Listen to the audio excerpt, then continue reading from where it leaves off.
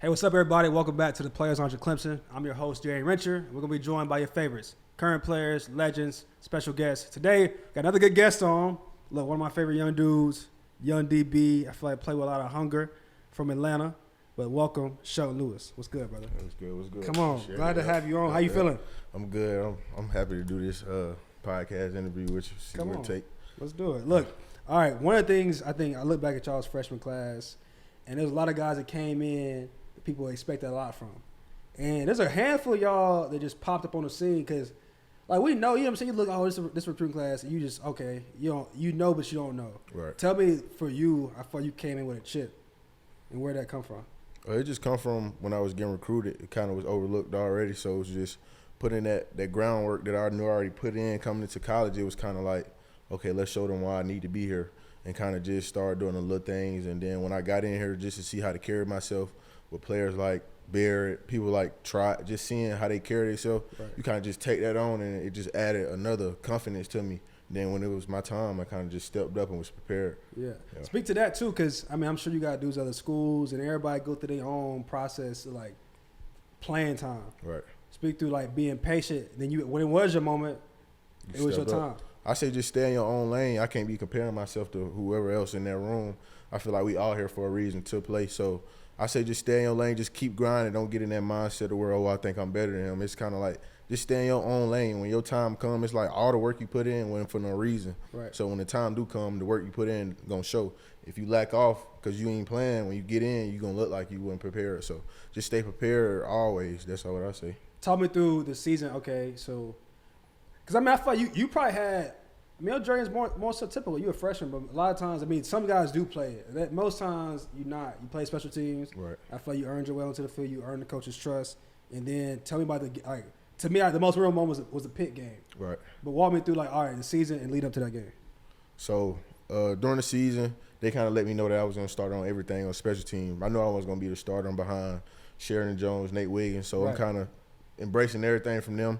So keep going, fast forward, probably like Chargers Southern game. I get in about third, fourth quarter, get my feet wet, still seeing I need some things to work on. So I kind of took that into a perspective, okay, I can get better. So fast forward, probably next game, who we played, I can't think, but I played again. Right. So it was kind of like, okay, I feel a little more comfortable. And then it go like 3-4 weeks without playing, you kind of, all right, now I think I need to get on the field. Yeah. So that's when that hunger and practice on film and everything. So I just kind of locked in. Georgia Tech game came, and he told me I was starting. And it was like, all right, let's go. Yeah, let's go. I didn't have no nervous, so I was like, I'm preparing the same as I always been preparing, as if I was starting for the other games. Right. So I got in there, Nate talking to me like, bro, you got it, bro. You been preparing, so it ain't nothing new. Get in, get that first snap. It's kind of like I was ready. Yeah, I was ready. So I got in, was going. I ain't mess up too much. Yeah. I'm out my head at this point, so. It's about fourth down. I think they're going for it. They need it. Mm-hmm. So I'm kind of just looking at the sticks. Coach Reed teaching us the little things, line up inside, play the sticks. Correct. I scooched out 2 steps and kind of settled and looked at the quarterback and seen it come out of his hands, and I just drove and took it to the crib. So it was like a surreal moment for me. It kind of like all that weight off your shoulder that you put in. Right. It kind of paying off. It's paying off. Yeah, slowly, you felt like you belong. Yeah. That game was crazy. One for y'all's freshman class because you had a pick, AV had a pick. KG got a pick. Yeah, and it's Khalil got a pick. Khalil got a pick. So there's like 4 picks all from freshmen. In that game, I was like, okay, the future is bright. Speak to that because, man, a lot of last season was a lot of adversity. Right. To me, y'all's freshman class, and honestly, y'all's room was some of the bright spots for people to be like, the future going to be good. Mm. So just speak to like y'all's group, then what you see for that group going forward. Just from our group, like we had a lot of older guys come back. So we was kind of watching them go against adversity. So, like, seeing them going against that adversity, we like, all right, we see what we need to add to our game. We see how to bounce back. We see how they leading. Right. So, like, with our group, everybody from 5-star to 3-star, whoever won no star, even the walk-ons, we kind of got the mentality, all right, we didn't come in here to sit behind nobody. We going to lead because we don't matter. Like, leadership ain't got an age or I say a grade level on it. So we all came in with that mindset. And it's kind of like everybody in that class was pushing each other. We working out together. We hooping together. We going out to eat. Yeah. Just kind of all keeping that camaraderie. So when we get on the field, he make a play. Right. We already done felt this joy with each other. But I say this class moving forward, it's just, I think it's going to come with we're going to play with a lot of grit. Mm-hmm. I think having that grit for this group is going to be major. A lot of freshmen next year are going to come in. So it's just, I think this group gonna be very special. Everybody level-headed. It's nobody who think they over somebody. You know what I'm saying? So I think this group gonna be a good one. Nah, bro, I think it's special. Like on both sides of the ball, honestly, like y'all offense and defense, everybody hang together. Correct. Which is, it means special. Like I think you gotta. They went heavy on y'all's class because they needed some young dudes. Yeah. And, I mean, they ain't. People gonna say it, but not everybody pan out. But I feel like y'all's rates of like guys that are becoming players and stepping to the plate, like. I mean, it's exciting. I feel like the fans saw this season. It's a lot to look forward to. Because at least we'll see 3-4. At least, you know what I'm saying? Yeah, we'll see how long people here. Tell me this. I think one of the things when people were talking about when you first got your moment was the leadership. Right. Like, where does the leadership come from for you? I say my parents. They kind of always want to lead everybody else. Stepdad, he always want to help other people. Mom, she just a helper. She a school teacher. So it just kind of, I learned from others without probably telling them. I'm kind of like an observer.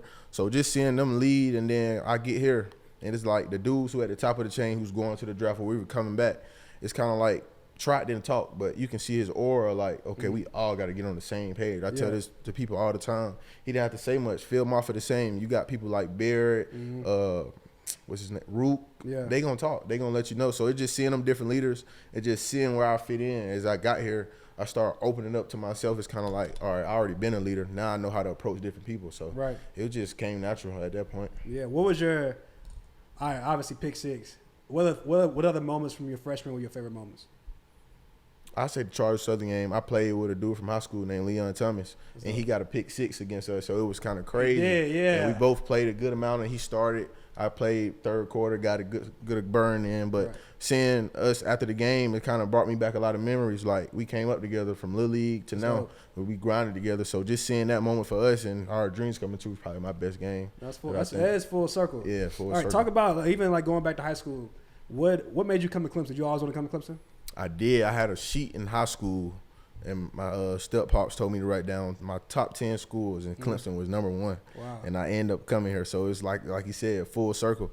But I say just watching the vlogs on YouTube, you know when it's going to drop. I knew when I was going to watch them, and just kind of seeing what they build, the culture. I felt like it was a player-led team, not a coach-led team. Yeah. And also, when I came on visits, just seeing what Paul Journey offered. And just like I'm here now, it's still the same as what they was telling me they was going to give me. Right. So it's kind of like the opportunities, I didn't think I would get them nowhere else. Like, just even sitting here with you, it's just like you went here and you kind of pouring back into us doing this. So it's just, I think everything is about family. It's like not about football, because once you handle everything off the field, it's going to come on the field. So just getting that all-around aspect that they gave me that I'm getting now is kind of why I chose Clemson. And that's big, too, because, I mean, it's one thing, all right, to convince a kid to come here. Right. There's another thing to live up to what you said you was going to do. Right. Because, I mean, there's a lot of reasons. Like, obviously, transfer portal is big for guys that don't play. But it's also big because people get somewhere and it ain't what they said it was going to be. Right. At all. Speak to this. Tell me when was the moment you, like, knew? Like, obviously, you had a dream to come, but the offer wasn't always on the table. Talk about getting that first offer from Clemson and then, like, all right, I'm coming. So, Clemson was, like, my last offer. I say I got it around June. I came up here on the all the recruits who was recruited here. You know, they throw a cookout for them. Correct. I end up was the only one who was not committed who ended up coming to the cookout. So that's when they offered me. I left and I told them I'm coming. Right. But my mom, they like slow down, because I was already committed to Pitt. So I go to UNC again. I come to Clemson, and it was kind of like, okay, let's wait. I like both schools, but what's really going to set that difference between me making a decision? Yeah. So I sat down with my parents, but they ultimately left the decision up to me, and I kind of just thought like where I wanted to be in the future and not right now. You know, money I would say money wasn't the reason I would choose a school. Like now that you seeing the NIL and stuff like that, it's crazy, but it also like what you gonna do with the money. Like Clemson teaches you what to do with your money, how to save it. So it was just seeing things that other people didn't see. Yeah. So once I kind of sit down with myself in August, my birthday was August 8th is when I committed. So I committed on my birthday. Like 2 weeks before that, I told myself I was coming here. I was like, this is the decision, right up the road. Yeah. 2 natties, division championships. Like, you can't beat it. You're going to be good on the field and off and get a full experience. So that's when 2 weeks before August 8th, I made that decision I was coming. Yeah, well, glad to have you, brother. Yeah. Speak to this. I think one of the things, like, I heard you talk a lot. on the field. I do. You know what I'm saying? Like, but I feel like coming to position though. Yeah, it give me that swag. It give me that, like, you got to get the job done. Like, you didn't say you're gonna do this. Now you got to stand on it. So yeah. I kind of like putting that weight on my back to get my job done. I feel like you get a receiver head, quarterback head, they might not play the same. It's just the little things that I think can separate me, but it's also about staying disciplined within the game. Like, we're not doing no cheap shots, no cheap nothing. It's just being in that air constantly, every play. Because if you keep saying it enough, it's going to happen. That's what I think. So I'm going to keep saying I'm going to get a pick. I'm going to keep telling them I'm strapping them because throughout the game, that's what's going to happen because I'm saying it and I'm doing it and I'm feeling it. So, words got power. Look, they go something going to happen. You got to manifest it. Tell me, has there been a moment where you feel like you ate your words? Like, all right, you said something in a game and it didn't go the way you wanted to? Kentucky. I didn't want number 7 to catch not one ball on me, and he caught that out route. And I was telling him before the game, like, you know, they were disrespecting our area, whatever the case may be. We was going back and forth. Hey, you ain't going to catch nothing. Like, I'm on that. Like, I'm ready. Yeah. And he caught like a little out route on me. But after that, it was kind of like I was mad. And I started getting in my bag. I started getting in my bag. And we was going back and forth after the game. Mutual respect. Yeah. Respected what he got going. He respected what I got going. At the end of the day, we came out with a dub. But Kentucky most definitely with that game. How's it that Atlanta pipeline to Clemson is getting strong. Very strong. Talk to me about it. Who'd you look up to when you was coming in or coming up from Clemson? Who did I look up to, like, who played here? Yeah. Ooh, and I wanted to play quarterback. Yeah, so really? I'm looking at Trevor. I thought I was a quarterback. Really? I did. What you play in high school? I played quarterback, receiver, run. I played everything, but I wanted to be a quarterback. Right. My parents kind of set me down, like, come on, be for real. Yeah. So when you get to that point, you like, all right, let me find what I really want to do. So I went to receiver. Seeing the receivers who came through, I'm like, all right, I'm going to be a receiver. Right. 11th grade, DB it was. So went to safety, went to corner. I was nickel. I was playing everything. But I say everybody who kind of was on that, what was it, 2017, 2018 team? Mm-hmm. Kind of some people on that team, a few people on that team. No, for sure. Getting into high school football, stay there for a second. How do you feel like Georgia football ranks amongst the best of them? Number one. You got so many people. Cam Newton, me, AV, Jamal. Right. Like, you got people now. So I just say Bear from the Georgia area, Phil Maffa. Yeah. It just kind of like a lot of people on different teams, different specs. You got Cam Lee from Auburn. Right. You got KJ Bolden who just went to Georgia. It's kind of like it's a lot of people from Atlanta that's specced out in different places who making a name for themselves. Right. Caleb Downs, like all these Georgia guys, like just coming together and just impacting the game. Because obviously you interact with a bunch of different dudes from different states. Right. Where do you feel like – I have a lot of Georgia guys. I got to get somebody that ain't from Georgia on here. But tell me where you feel like, all right, where Georgia ranks and what other states you put in the mix. Like, give me your top 4. Top 4. I'm going to go Georgia. Yeah. Florida. Texas. I like Texas. I don't know who that 4th. Who I'm forgetting. Help me out. You can go. I think you. I told somewhere else. You can go Bama. You can go Cali. You can go Louisiana. They dirty with it. Louisiana. Yeah, no, but I'm telling you, but people say Louisiana got them boys are athletic. They might not have no technique, but they gonna make some plays. Bro, speaking of that, Travis Etienne was a prime example, bro. When he came in, bro, I was like, oh, this dude about to be trash, because he's in skills and drills. Yeah, he just seeing them. He lined up at receiver, no pads on. bro, receiver stands like this. I was like, oh, he about to be trash. You got to start making plays. We get into camp. He like first play, he get a sweep. Gone.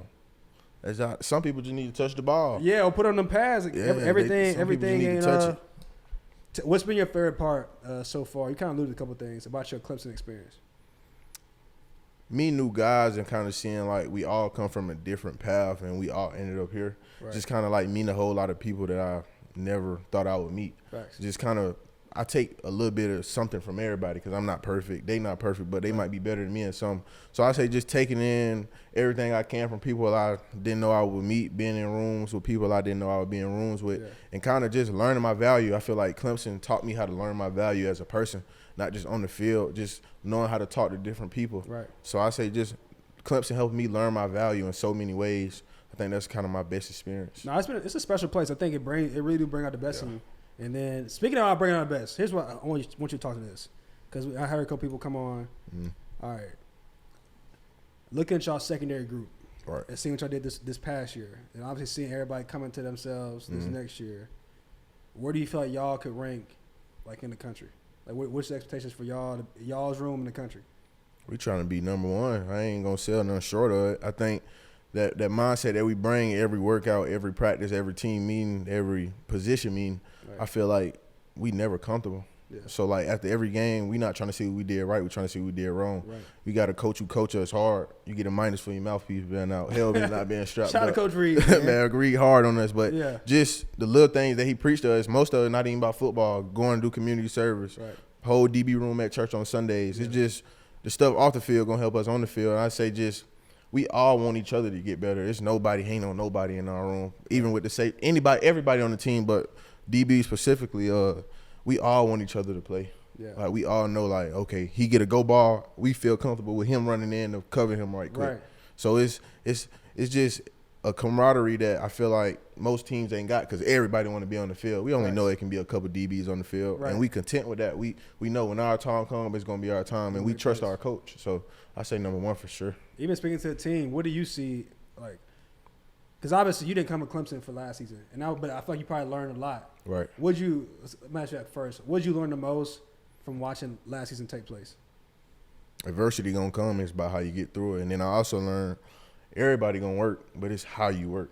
Right. Like, it's a lot of people who might do podcasts, but they might not do it like you. Right. So it's just when we go to work out, just about being intentional about everything you do, from taking notes to practicing on the field. That rep you think didn't count really counted because it's gonna be the rep that you mess up in the game. Right. So kind of just taking everything with a prestigious like step, kind of like, okay, this what time I'm gonna do this, and this how I'm gonna do it, instead of, all right, your friend asked you to go, are you gonna go with him? It's kind of like just taking that initiative. I feel like that season taught me that, and just also, I feel like that team taught everybody on that team how to be a leader. It's kind of like that Miami game. Trot probably never said a word until then, and when he said that word, it's kind of like everybody like, bro, we gotta do this for the team. It ain't even about us no more. The coaches, it's about the team. We with each other every day. So just that team taught me how to be a leader and just how to be intentional about everything I do. Right. Yeah. What's your expectations for this team? Like, how would you describe this year's team? It's most definitely gonna be some get back. Let me say that first. It's gonna be a lot of get back. So I say this team just kind of. Coach Sweeney kind of put it in for us. Like, we on the island, and there's people trying to get on our island, and we trying to get off that island into the world. So I kind of say we just head down.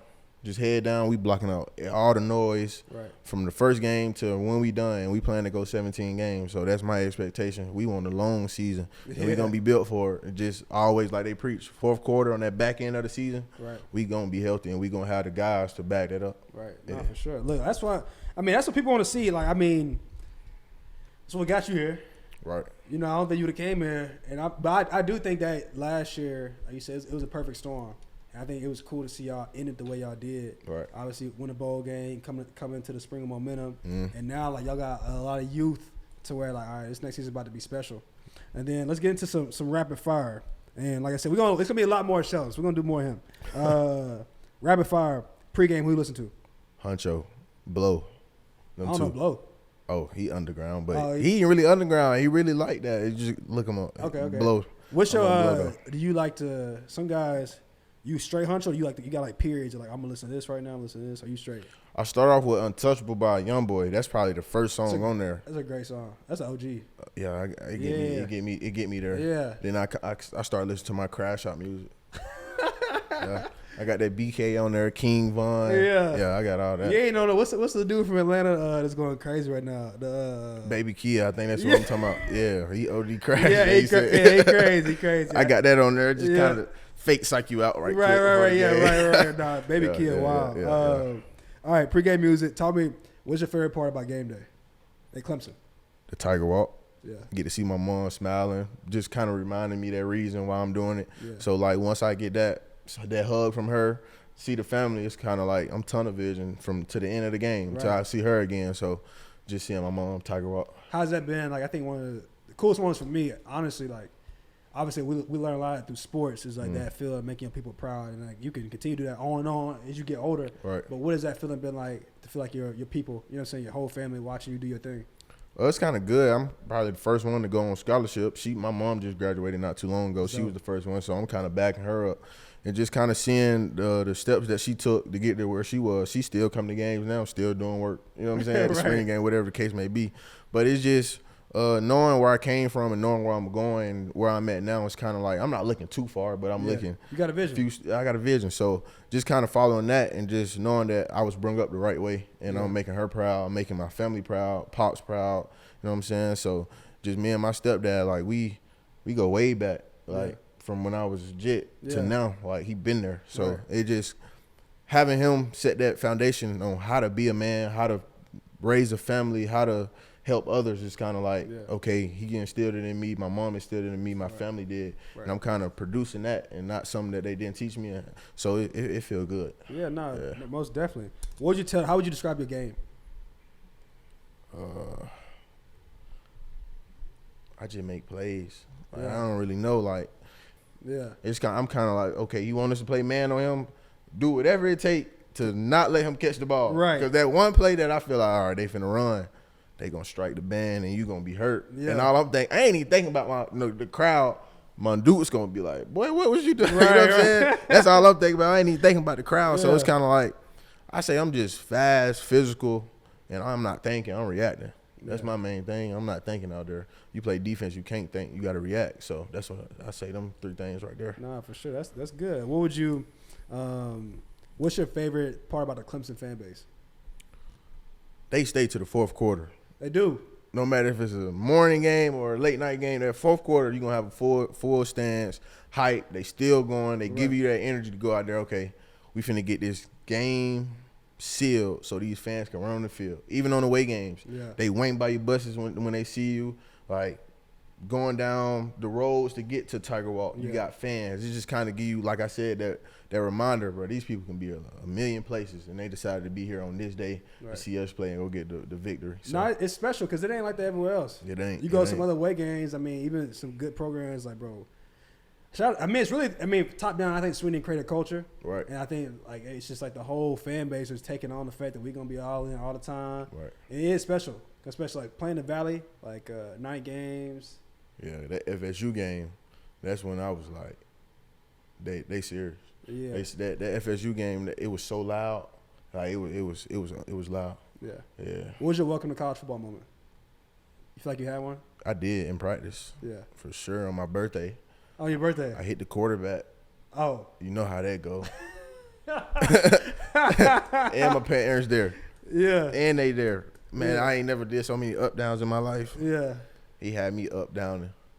You think you made it? I'm like, I ain't want to get trucked. I ain't trying to end up on Clemson football, K Club, Nick. Right. You know what I'm saying? I'm thinking of that. Yeah. I'm going to, you know what I'm saying? But it's just also learning how to be a pro. That taught me, like, how to practice. Yeah. But that was most definitely, like, bro, you ain't nobody, bro. Like, lock me in. Like, right. No, for you sure. know what I'm saying? For sure. But, yeah, that was Everybody had they one. I had mine. Mine was my first fall camp. It was before the big weigh-in. And how much you weighed in? You weighed in what you want to. I was drinking so much water. No, I was where I wanted to be. I ain't want to be too, you know what I'm saying? I wanted to be right. I was wanting to cut like one. I was trying to be like 193, 190, whatever. But I was floating around like 189, just because I don't know. Summer just kind of cut. Bro, I had them jugs. Down. I was down it, and so the crazy part, he changed the schedule because of that class. Now usually the big weigh-ins either a day before or y'all get a break. Right. Bro, it used to be the big weigh-in straight to the team meetings. 2 hours. Don't tell me you were late. Nah, bro. Worse. I was gonna say. So I'm sitting there. All right. So it's me and my roommate. As freshmen, we sit in the back, and it just so happened to. Now Sweeney will sit like in his little seat, but it's an old joint. He just come sit back there with the freshman. He just happened to sit right beside me, and bro, when I tell you I had to pee so bad, bro, I'm fighting, like, pinching. I'm like, and the whole time, the crazy part is everybody on the same type time, but everybody's in front of me, so he watching people get up during the speeches, and he just like, you can tell he's getting hot. He's getting hot. And he can't be me. Can't be me. And so me and my homeboy, he's like, my roommate at the time, but we both freshmen. He's like, we both. He's like, you gotta go back. He's like, I ain't going. We like hold out together. Lo and behold, bro, he fold and he go. And Sweeney said, that's the last one. The whole time I'm like, oh my God. Bro. I would have tapped him, hey, coach. Literally tapped him, and basically he said, "Are you serious?" I was like, "I gotta go, coach. I'm about to pee on myself." And so, bro, I'm running, bro. I'm literally like about to pee on myself. I go pee. Whole time, bro, I come back, blast. And freaking Richard gets up to take a piss, and he's out here missing speeches. You ain't made it. I'm like, you know how he get. My first team meeting, and I'm like, bro, I'm trying to, improve myself. Show him, yeah. Bro, I felt so small, but ever since, that's the only time Swin ever yelled at me, bro. All the time. Like, he didn't got on to me, but he ain't like, only time he yelled at me. So, yeah, that was my welcome college football moment. So, yeah, that's hitting the quarterback definitely do it. Oh, we did it to him. And it was on my birthday, though. Oh, wow. It was on my birthday. Yeah, that's one to remember. Look, it's been great. This podcast is brought to you by the 110 Society, Clemson's official NIL collective. They've been doing a great job keeping Clemson competitive and doing all the right things to make sure everybody stays here. What would you say to the people about the 110 Society? I say it's a good thing to donate to the players who going out there every day, practice, class, just grinding, helping the community, kind of pour into them off the field. But I just say all around, you donate to some great men, people who want to be men first and in the community. So it's not all about football, but it's a great thing to donate to and kind of help us. Nah, for sure. Great job, bro. Like I said, we got some more stuff in the works, but hopefully y'all enjoy it. Look, this is one of my favorite young dudes. Y'all should definitely continue to tap in. If you ain't following my man, look, go follow my boy. He one of my favorites. Yeah, so y'all definitely tap in. There's gonna be a lot more in store, and hopefully y'all get to see another side of some of the guys y'all see on the field. But look, if you made this far, like, comment, subscribe, all that good stuff. Continue to support us, and we'll continue to bring out some cool content. We'll see y'all next time.